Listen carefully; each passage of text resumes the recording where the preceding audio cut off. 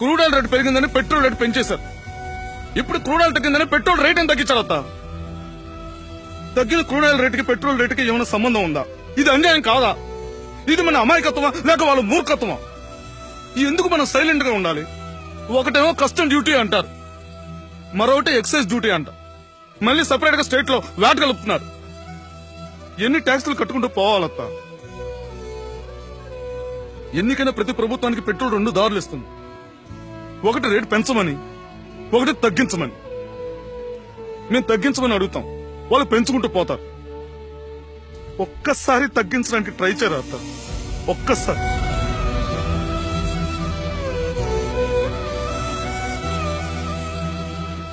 ఏడాది క్రితం crude oil $110 ఉండేది.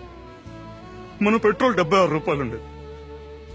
ఈరోజు క్రూడ్ ఆయిల్ బాగా తగ్గింది అత్త. క్రూడ్ ఆయిల్ $50 వచ్చినందుకు పెట్రోల్ $40 వస్తుంది అనుకున్నా అత్త. $40 వస్తుంది అనుకున్నా.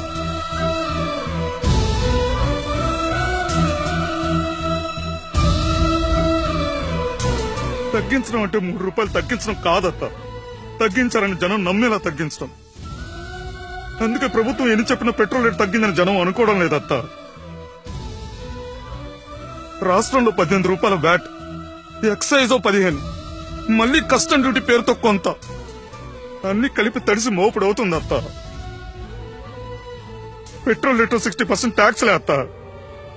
ఇప్పుడున్న క్రూడ్ ఆయిల్ రేటుకి ట్యాక్స్ ఇసేస్తే $32 లీటర్ పెట్రోల్ వస్తుంది అత్త. ఎప్పుడు తాత నీకు ఇచ్చేసిన బంకుకి ఫ్రీ పెట్రోల్ కోసం వచ్చానంటే ఆ వ్యాట్ల ఎక్సైజ్ కట్టలేకే అత్త. ఆ వ్యాట్ల ఎక్సైజ్ కట్టలేకే. ఇక వేరే బంకులో కొనడం మా వల్ల కాదు అత్త. మా వల్ల కాదు. వీలైతే మొత్తం, లేదంటే సగం, ఎంతో కొంత రేట్ అయితే తగ్గించత్తా. దయచేసి తగ్గించు, దయచేసి తగ్గించు.